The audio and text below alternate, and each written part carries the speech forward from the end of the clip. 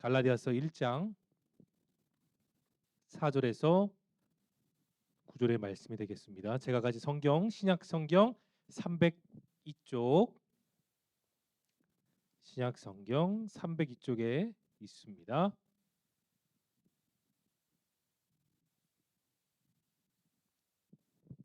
다 찾으신 줄로 알고 4절부터 9절의 말씀을 저와 여러분이 한 절씩 교독하시겠습니다.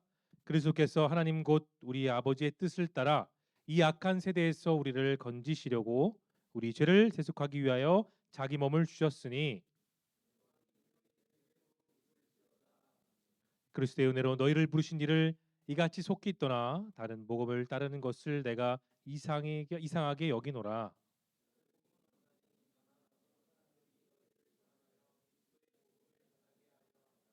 그러나 우리나 혹은 하늘로부터 온 천사라도 우리가 너희에게 전한 복음 외에 다른 복음을 전하면 저주를 받을지어다. 함께 읽겠습니다. 우리가 전에 말하였거니와 내가 지금 다시 말하노니 만일 누구든지 너희가 받은 것 외에 다른 복음을 전하면 저주를 받을지어다. 아멘. 우리가 평상시 읽었던 누가복음이 아니라 오늘 특별한 말씀을 전하려고 합니다. 갈라디아서 1장 4절에서 9절의 말씀으로 따라해 볼까요? 다른 복음은 없습니다. 네, 귀한 말씀을 함께 듣겠습니다. 오늘 저와 여러분이 살아가는 이 시대에는 다양한 상황과 환경이 누구에게나 펼쳐지게 돼요. 근데 우리 사람 삶이 고스란히 드러나는 우리 세상과 사회와 교회는 여전히 어려움이 있습니다. 우리나라는 무슨 위기가 있을까요? 우리 나라의 북쪽으로는 어느 나라가 있죠? 북한이 있습니다. 세상 유일하게 분단 국가며 정전 국가, 종전이 아니라 휴전 국가는 대한민국밖에 없어요. 얼마든지 북한은 얼마 전에 또 미사일을 쐈죠. 김정일이가 얼마든지 북한은 핵으로 전 세계뿐만이 아니라 바로 지천에 있는 우리 대한민국을 늘 위협합니다. 코로나 끝자락 가운데 우리는 대부분 마스크를 안 써도 되고 버스를 탈 때도 이제는 안 쓸 수 있을 만큼 자유롭게 되었어요. 하지만 그런 상황에도 여전히 경제 전망은 좋지가 않습니다. 그뿐만 아니에요. 예전입니다. 대구에서 한 장소에서 이곳보다 한 우리 교회 지금 은혜월보다 한 4-5배 될 거예요. 그런 장소에서 신천지가 모였죠. 거기서 집단 감염이 일어나게 됐습니다. 세상에서는 이단을 잘 몰라요. 교회란 이름 걸고 무슨 기독교란 이름을 하면 다 똑같은 줄 알기 때문에 세상 사람들이 기독교는 정말 나쁜 종교들이구나 하고 한동안 떠들썩했던 적도 여러분 다 기억하고 있을 겁니다. 여러분, 교회들이 세상의 빛과 소금의 역할을 감당해야 되는데 왜 여전히 힘들고 그 안에 살고 있는 저와 여러분이 크리스찬으로 삶은 왜 자꾸 시간이 지나면 지나갈수록 더 어려워지는 걸까요? 사랑하는 청년 여러분, 이런 문제는 그 코로나가 시작되는 2019년도로 거슬러 올라가더라도 그때 시작된 문제가 아니에요. 언제냐? 교회가 부흥을 맞이하고 그 부흥 가운데 크리스찬들이 늘 성장과 성공에 빠져 있던 그런 시기가 다가올 때마다 항상 교회는 위기가 있었고 문제가 있었고 방황하는 시기가 반복적으로 일어났습니다. 그 문제의 근본 원인은 우리가 이따 영상을 보겠지만 문제는 바로 여기 있습니다. 따라해 볼까요? 변질된 복음. 변질된 복음에 있습니다. 자, 조미료 가운데 가장 으뜸이 되는 조미료가 뭘까요? 음식을 만드는 데 있어서 소금이죠. 자, 소금은 음식을 상하지 않게 하고 맛을 돋우는 역할을 해요. 그런데 여러분 그거 알아요? 저도 해봤지만 아이스크림이나 과일을 먹을 때 소금을 약간만 넣으면 단맛이 더 세질까요? 약해질까요? 단맛이 더 세지게 됩니다. 맛은 뇌에서 인식하는데 소금은 혀의 끝에 미각세포로 인해서 그 자극이 받아져요. 그래서 단맛, 감칠맛 맛을 더 강하게 느껴주고 그것이 좀 더 강해지면 우리 긍정적인 호르몬을 발산하게 주셔서 유쾌한 감정을 만들어냅니다. 그런데 우리가 어릴 때 분명히 배웠어요. 여러분은 빛과 소금 역할을 감당해야 돼요. 우리는 어릴 때부터 배워왔습니다. 그런데 하나님이 우리에게 세상의 소금이 되라는 것은 이 세상을 부패하지 않고 변질되지 않은 역할을 여러분이 감당하라는 것도 있어요. 그런데 더 두 번째로 중요한 게 무엇이냐? 내 맛만 내지 말고 남의 맛도 돋우어 주라는 그런 의미가 우리에게 소금의 역할이라는 걸 여러분 또 기억할 수 있길 바래요. 그런데 여러분 뭐든지 지나치면 좋을까요? 안 좋을까요? 우리 조금 어려운 말을 해볼까요? 과유불급. 과하면 좋다 안 좋다? 안 좋다. 우리가 마시는 물도 과하게 먹으면 골로 갑니다. 죽어요, 사람도. 근데 소금이 많이 들어간 강한 짠맛을 느끼게 되면 신경세포가 불쾌감을 준다고 해요. 그래서 과한 소금은 몸에 해로운데 뇌가 먹지 마, 불쾌해, 짜증나, 그런 신호를 뇌가 우리 몸에 전달하죠. 근데 계속해서 지나침이 있다 보니까 소금을 더 먹고 더 먹고 더 먹게 되다 보면 적정선을 넘어가게 되다 보니까 우리 몸은 점점 소금이 과해지는 현상을 받게 됩니다. 그럴수록 몸은 나도 모를 사이에 나빠질 수밖에 없어요. 여러분, 오랜 시간 식품을 저장하다 보면 그 식품에 나타난 두 가지 현상이 있습니다. 한번 따라해 볼게요. 발효와 부패. 두 가지 반응이 딱 나타나요.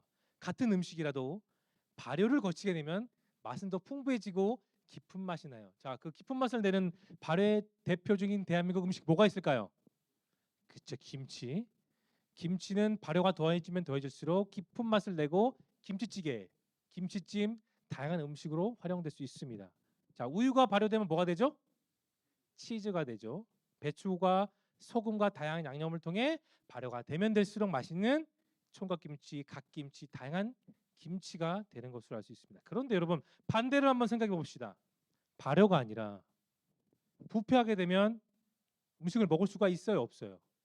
유해한 물질이 됩니다. 고기나 찌개 같은 음식들이 부패하게 되면 더 이상 냉장고에 넣을 수가 없고 다 음식 쓰레기로 버릴 수밖에 없어요. 얼마 전에 저희 친어머니께서 큰 박스에 10kg나 되는 박스에 반찬을 다양하게 보내주셨습니다. 저희 어머니가 전라도 분이라 음식을 참 잘하세요.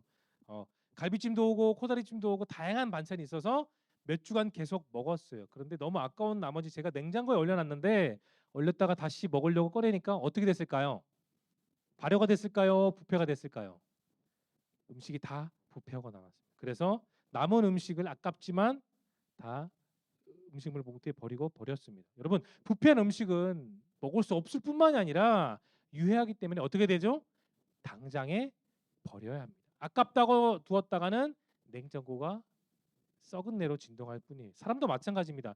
성품과 행실이 내가 성숙해지면 성숙해질수록 내가 그 김치처럼 내가 치즈 우유처럼 발효의 역할을 감행할수록 내 주변에 있는 사람들에게는 좋은 영향을 줄 수가 있어요. 그런데 그 성숙함이 다른 사람에게 전파가 되고 또 그 성숙함이 주변 사람들에게 계속해서 좋은 분위기를 줄 수가 있지요. 그런데 성숙이 아니라 부패하게 되면 여러분 해악을 끼치는 사람이 돼요. 그래서 내 주변 사람들에게 좋지 못한 영향을 주는 게 그렇게 부패한 사람들이랍니다.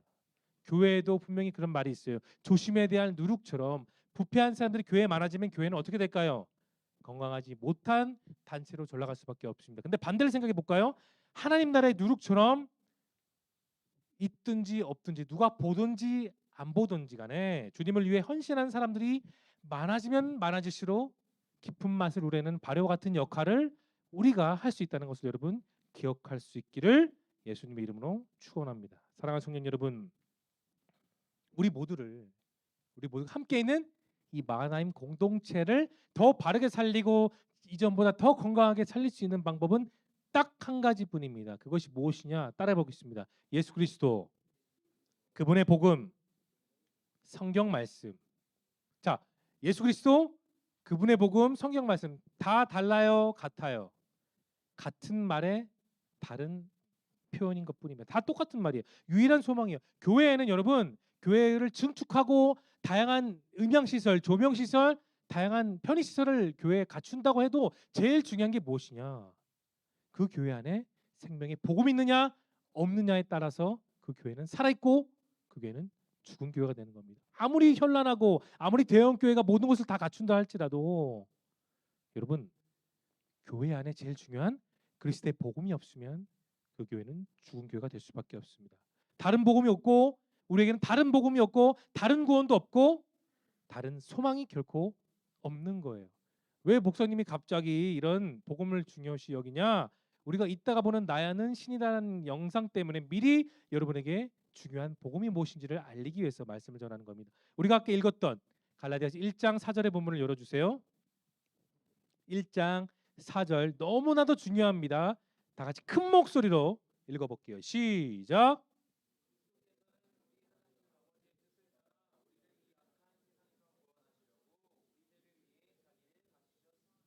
자, 이 긴 문장을 딱 두 단어로 표현하면 어떻게 될까요? 따라볼게요. 예수님은 자기를 희생하셨습니다. 누구 때문에요? 따라합시다. 나를 위해서. 옆에 분 볼까요? 너를 위해서. 다시 또 안 따라하냐? 우리 다시 순위로 넘어가야 되나? 다시 할게요. 나를 위해서. 방긋 웃으면서 너를 위해서. 그래, 대성이 잘하고 있어요. 다시 크게 우리를 위해서. 그래요. 우리를 위해서 그렇게 자기를 희생하셨습니다. 여러분에게 한번 진중한 질문을 해볼게요. 자, 우리는 예수님이 부활하신 그 부활에 대한 설교를 부활절 한 번만 들으면 충분할까요? 일평생? 한 100년 산다고 칩시다. 100년 동안 1년에 한 번씩만 부활절에 대한 부활의 소망 말씀드리면 나는 홀리해질 수 있어요? 정답은 아니라는 겁니다. 한 번만, 그것도 부활절에 잠깐 스치듯이 졸다가 깨면서 부활절 말씀 들었지 이렇게 끝나는 게 아니라, 우리가 믿는 기독교는 여러분 찬양도 필요해요. 다양한 활동도 필요합니다. 모임도 필요하고 소그룹도 필요해요. 모든 것이 다 필요합니다. 그런데 가장 중요한 예수님의 부활을 이 교회에서 빼먹으면 그 교회는 아무 소용이 없다는 겁니다. 복음의 심장은 바로 예수 그리스도의 부활입니다. 다른 복음이 아니고 예수님의 부활이요. 문성명의 부활이 아니고 이재록의 부활이 아니고 정명석의 부활이 아니라 오직 예수 그리스도의 부활, 그것만이 우리의 축복된 복음입니다. 예수님은 우리가 방금 읽었던 말씀처럼 아버지 하나님의 뜻을 따라 이 악한 세대에 저와 여러분이 세대를 본받지 않고 끝까지 믿음 지켜 예수님이 다시 오실 그날을 위해, 우리를 위해 예수님은 죽으셨어요. 스스로가 죽으셨던 겁니다. 자살과는 개념이 달라요. 예수님은 우리를 십자가 위에서 죽으셨습니다. 그것이 무엇이냐? 어려운 말로 대속입니다. 뭐라고요? 따라해 보겠습니다. 대속. 대신 구속한다는 뜻이에요. 예수님께서 단번에 자신을 들이심으로 우리의 죄를 단번에 해결하신, 그건 누가 했냐고요? 예수 그리스도 한 분만이 하셨습니다. 우리가 모두가 믿는 예수님은 그런 분이에요. 남을 위해, 사랑하는 사람들 위해, 더 나아가 이 세상의 모든 사람을 위해 우리가 그렇도록 외우고 잘 알고 있는 요한복음 3장 16절의 말씀을 첫 글자부터 끝 마침점까지 완전히 이루시기 위해 예수님은 그렇게 자신을 희생한 겁니다. 그 증거가 무엇이냐? 말씀이에요. 근데 여러분, 우리가 이 복음의 말씀을 주일에 잘 붙들어요. 말씀을 잘 듣습니다. 그런데 살다가도 막상 내가 세상으로 다시 나가면 세상 주변에 아는 불신자 지인들을 보면 내 입장을 비교했을 때 내 입장이 형편없을 때가 있어요. 더러 있습니다. 늘 그러는 것은 아니지만 예수 그리스도의 생명의 말씀을 내가 알고 내가 기억하고 그래 믿고 따를 거야. 우리는 그렇게 다짐을 하면서도 그것이 내 유일한 희망인 것을 알면서도 내가 돌아설 때는 세상으로 다시 나아가면 세상에 지친 일들, 직장의 일들, 짜증나는 직장 상사의 말도 안 되는 일들, 그것으로 오는 스트레스로 인해서 말씀이 어떻게 되죠? 쭉 빠져나가는 겁니다. 살이 빠지듯이 빠져나가게 되는 거죠. 내가 예수님 믿고서 그 말씀이 내 삶 가운데 이루어질 것을 소망하는 가운데도 자연스럽게 내 마음이 드는 게 여러분 무엇인 줄 아세요? 내가 잘나서 내가 좀 하니까 뭐가 좀 잘 되네?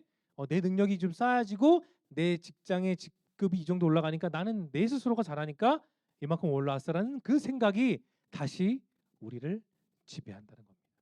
내가 믿었던 예수 그리스도에 대한 마음이 마치 발효가 돼서 내 몸을 더욱더 이롭게 하는 그런 역할이 되는 것이 아니라 그 생각들이 발효가 아니라 부패의 길을 걷는 거예요. 그러다 보니까 어떻게 될까요? 하나님의 말씀을 놓치게 됩니다. 주일날에 교회 가는 것이 즐거운 게 아니라, 솔직하게 얘기할게요. 그런 마음 상태가 되면 여러분, 저도 경험해봤어요. 그런 마음 상태에서 주일이 되잖아요. 교회 가기 싫어져요.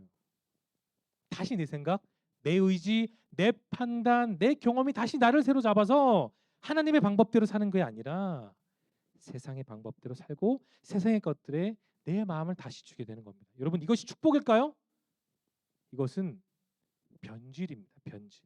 우리가 받은 복음에 대한 변질, 부패예요. 오늘 우리가 읽은 말씀 무슨 성경이죠?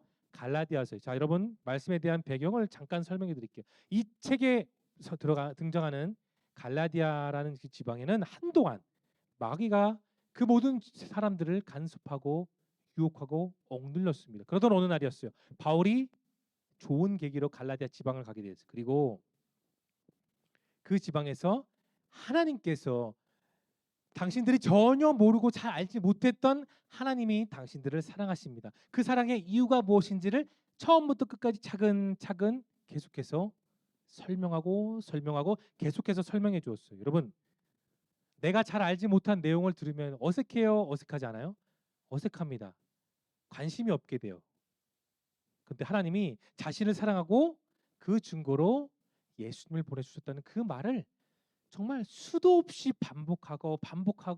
반복해서 그 갈라디아 지방의 모든 사람들이 들을 수 있을 만큼 바울은 예수님을 복음을 전했어요. 그런데 그 복음을 들으니까 계속해서 반복해서 들으니까 시간이 지날수록 그 복음으로 인해서 갈라디아 지방의 상당수의 사람들이 점차 예수님을 믿기 시작했어요. 복음을 그냥 듣는 데서 멈춘 것이 아니라 그들의 일상 가운데 예수님의 기적이 일어났고 서로가 그 기적을 나눌 수 있는 간증이 늘어나게 됐고 믿게 됐고 그 믿음이 점차 커지게 되었던 겁니다.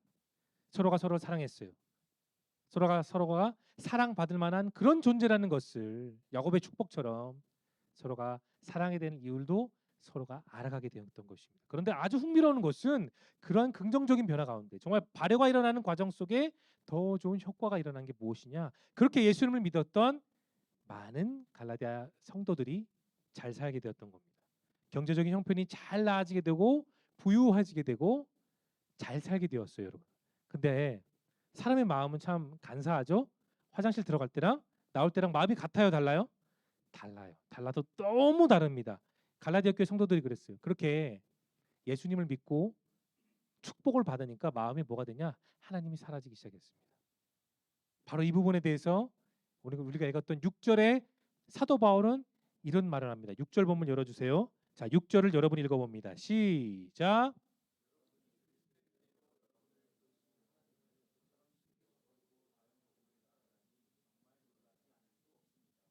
그렇습니다. 우리가 예수님을 믿어요. 그분을 내가 만나고 믿음을 알게 되면 받는 게 있어요. 받는 게 그것이 무엇이냐? 크게 한번 따라해 보겠습니다. 은혜를 작던 크던 다 받게 됩니다. 근데 그 은혜가 우리 각자의 삶 속에서 어떻게 나타날지를 우리가 무엇을 통해서 봐야지? 따라합시다. 기다릴 줄 알아야 돼요. 그런데 오늘 본문에 나오는 갈라디아 교회 성도들은 마치 진짜 값비싼 식당에서 예약을 했는데 가서 사람들하고 앉았어요. 코스 요리가 나오는데 너무 늦게 나오니까 그 식당에서 나와 버리는 그런 모습이 바로 갈라디아 교회 성도들의 모습이었습니다. 그렇게 도망치게 된 이유가 무엇이냐? 막 예수님을 믿는 기독교가 들어오는데 그 사이에 할례를 믿는 유대인들이 들어온 겁니다. 자, 이 사람들은 예수님이 죽으시고 십자가에 달려 죽으신 뒤에 부활한 그 부활의 영광을 정말 값싸게 여겼어요. 그럴 만도 한 게, 자, 예수님에 대한 복음은 눈에 붙잡히는 게 있어요?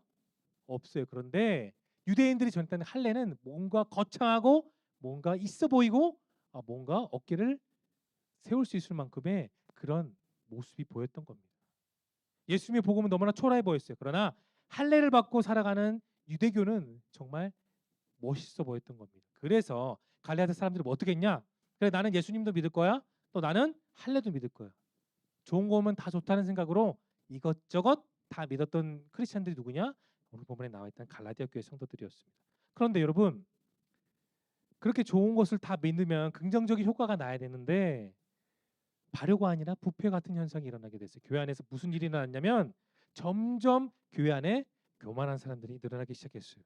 그리고 교인들끼리 막 싸워. 내가 잘났네, 너가 못났네, 너 나쁜 놈, 나 착한 놈. 그렇게 해서 막 싸우고 높은 자리를 좋아하고 내가 남보다 우월하다, 나는 너보다 뛰어나, 나는 너보다 말씀 많이 알아, 나는 할례 받았지만 너는 할례 못 받았어. 이렇게 내가 구원받았다 생각하고 남을 정죄하기 시작했어요.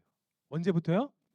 예수님의 복음 말고 할례를 받기 시작한 그 순간부터 그 교회는 그렇게 사분오열이 되고 말았습니다.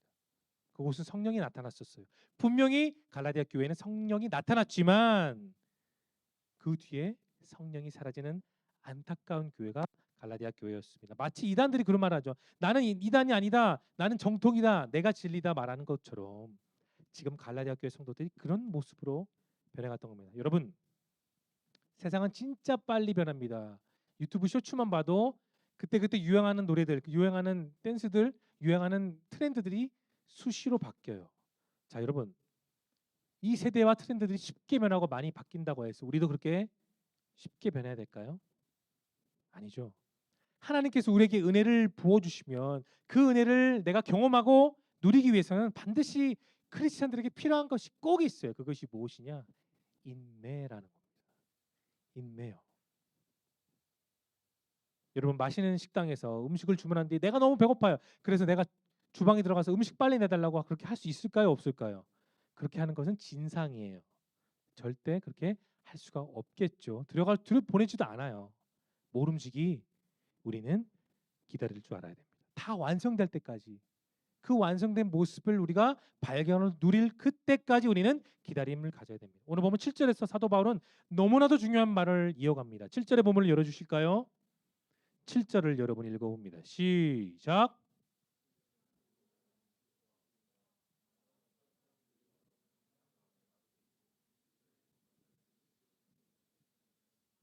사도 바울이 첫 번째 문장이 뭐라고 그랬어요? 다른 복음 있습니까?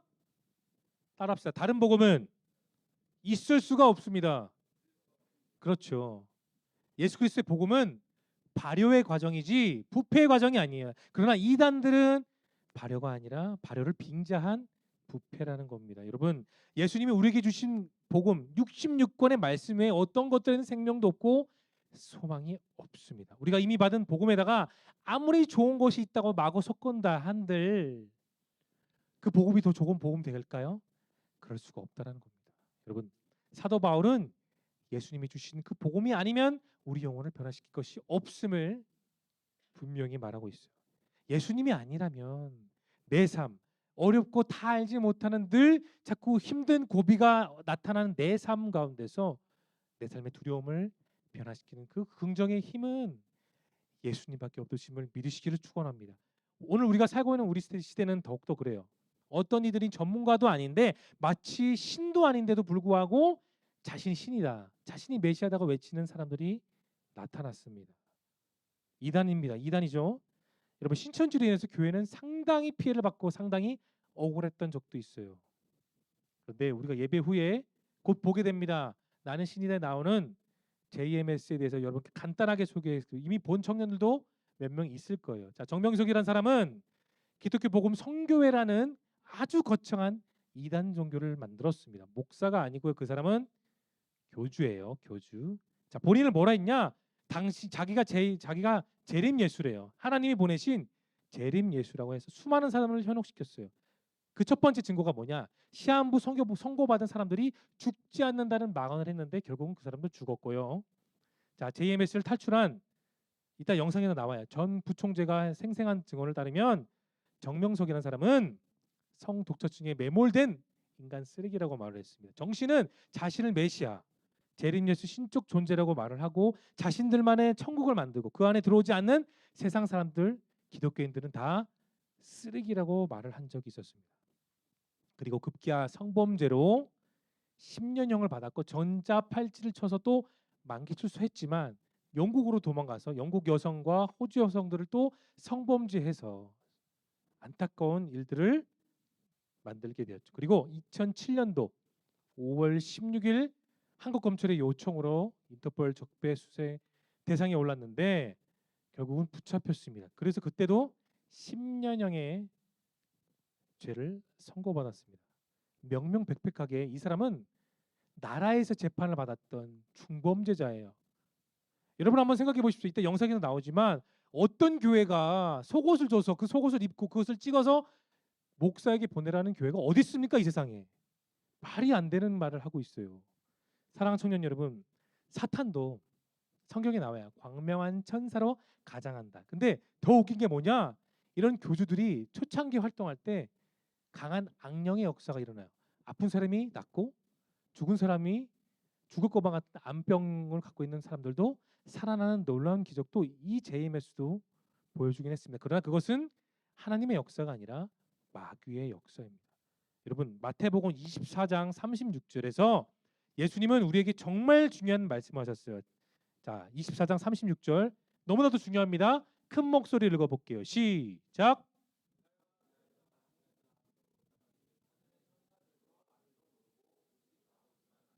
예수님은 정말 솔직하게 말했어요. 예수님은 하나님의 본체세요. 그 하나님의 아들이 이렇게 말하고 있습니다. 재림의 때는 나 아무도 모르고 하늘의 천사도 모르고 그 아들인 나도 모른다. 누구만 아신다고요? 따라합시다. 오직 아버지만 아십니다. 하나님만 아세요. 예수님이 다시 오실 예수님은 예수님도 몰라요. 성부 하나님만 아십니다. 우리들은 하나님이 주신 생명 말씀 이외에 우리 공동체를 더욱더 튼튼하고 흔들림 없이 세울 수 있는 것은 없습니다. 절대로 없습니다.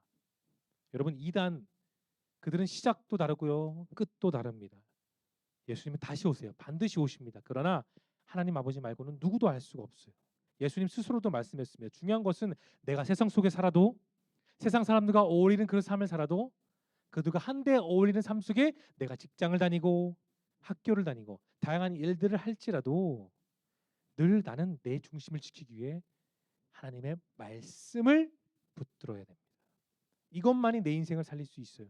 오늘도 담임 목사님이 설교하셨던 말씀 중에 가장 중요한 말씀이 뭐냐면 크리스찬은 말씀과 기도가 있어야 돼. 근데 조금 더 강조하면 말씀이 있어야 되고 그 말씀을 통해 말씀을 묵상하는 기도, 그 기도에 곡조가 붙은 찬양. 제가 항상 강조하는 거죠. 말씀과 기도와 찬양의 세 가지가 균형을 이루어야 우리는 건강한 크리스찬이 될 수가 있는 겁니다. 근데 여러분도 아는 사람 알 거예요. 이단에 빠지는 사람들은 가난하고 가방끈이 짧은 사람만 하는 것이 아니라요. 박사, 석사, 그 다음에 유명한 의원들, 유명한 부자들뿐만이 아니라 교수들도 누구나 할 것 없이 다 이단에 쉽게 빠집니다. 근데 우리가 그런 무리와 똑같은 사람이 되지 않기 위해서는 무엇보다도 하나님의 말씀 위에 서야 돼요. 베드로에게 말했죠. 반석 위에 교회를 세운다고 말씀하셨던 게 무엇이냐? 그 성경 말씀 위에 너가 반석이 된다고 예수님은 베드로에게 말씀했던 겁니다. 말씀 위에서 내가 바른 복음, 바른 말씀, 바른 신앙, 바른 믿음을 지키기 위해 우리는 말씀을 붙들어야 됩니다. 마지막으로 갈라디아서 1장 9절의 말씀을 함께 읽어보겠습니다. 9절을 열어주세요. 시작.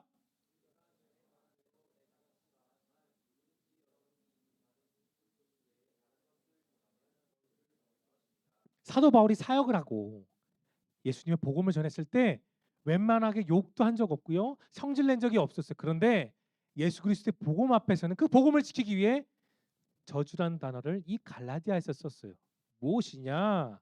우리가 이미 받은 기쁨의 복음의 소식 외에 다른 것을 전하면 그 전한 사람은 무엇이라고요? 저주를 받을 것이라고. 하나님의 복음을 받았던 정통인 사도 바울은 분명히 말하고 있습니다. 예수님이 주신 복음, 이 복음 외에 전하는 사람은 그리고 그 받는 사람은 저주를 받는다고 말이죠. 말씀을 정리할게요. 다윗의 아들 누구죠? 솔로몬입니다. 솔로몬이 그가 왕이 된 이후에 하나님께 무려 1000번의 제사를 드렸습니다. 1000번의 제사. 그 1000번의 제사를 드리고 이렇게 교회 건축을 하는 어느 날이었어요. 밤에 자고 있었습니다. 그 꿈에 하나님이 나타나셔서 솔로몬아, 내가 너에게 무엇을 주기를 원하니 말했을 때 솔로몬은 하나님께 머리를 주하려 이 말을 했습니다. 딱 한마디요. 종에게 듣는 말씀 주십시오. 쉽게 말해서 순종의 마음을 주십시오라고 했어요. 그런데 하나님은 순종뿐만이 아니라 부귀영화, 권력과 장수 모든 것을 다 그 솔로몬에게 주셨어요. 그게 주신 은혜가 너무나도 컸고 지혜가 너무나도 컸습니다. 그래서 정말 다윗보다도 더 왕성하게 큰 이스라엘 강국을 솔로몬이 다스리는 힘을 누리게 되었어요. 근데 그는 분명히 아버지 다윗보다 더 큰 이스라엘을 다스렸던 것은 역사에도 기록되어 있습니다. 성공했어요. 출세했습니다. 그런데 안타깝게도 솔로몬은 그 성공에 매몰되었습니다. 그는 하나님의 거룩한 신앙과 성전에 하나님의 언약궤만 둬야 되는 이 교회에다 뭘 뒀냐면 자신이 만나게 된 수많은 여성들을 자신의 왕비로 삼았고 그 왕비들이 섬겼던 수많은 우상들을 교회 안에 하나씩 넣게 되었습니다. 그리고 더 웃긴 거 하나님께도 제사를 드리고 우상에게도 제사를 드리는 정말 멍청한 짓을 했던 사람이 누구냐? 가장 부흥하고 가장 지혜로웠던 왕이었던 솔로몬이었습니다. 그런데 그 솔로몬의 행동의 결과가 무엇인 줄 아세요? 가장 왕성했던 이스라엘이었지만 그 솔로몬의 행동을 통해 이스라엘은 북이스라엘과 남유다로 갈라지게 되었고 결국은 멸망하게 되었습니다.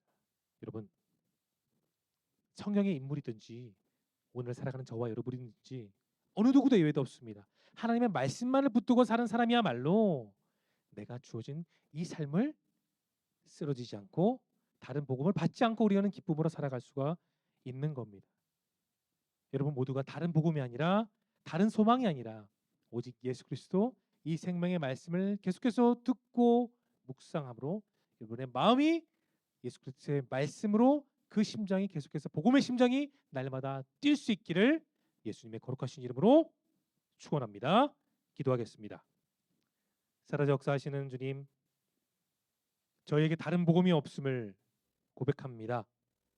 세상 속에 세상 사람들과 세상의 문화 가운데 산다고 할지라도 그 안에 매몰되지 않게 도와주시고 다양한 세상의 유혹과 이단들로부터 저희 마음과 영혼과 저희 공동체를 날마다 바르게 지킬 수 있도록 하나님 도와주시기를 간절히 소망하오며 예수님의 거룩하신 이름으로 기도드리옵나이다. 아멘. 우리 오직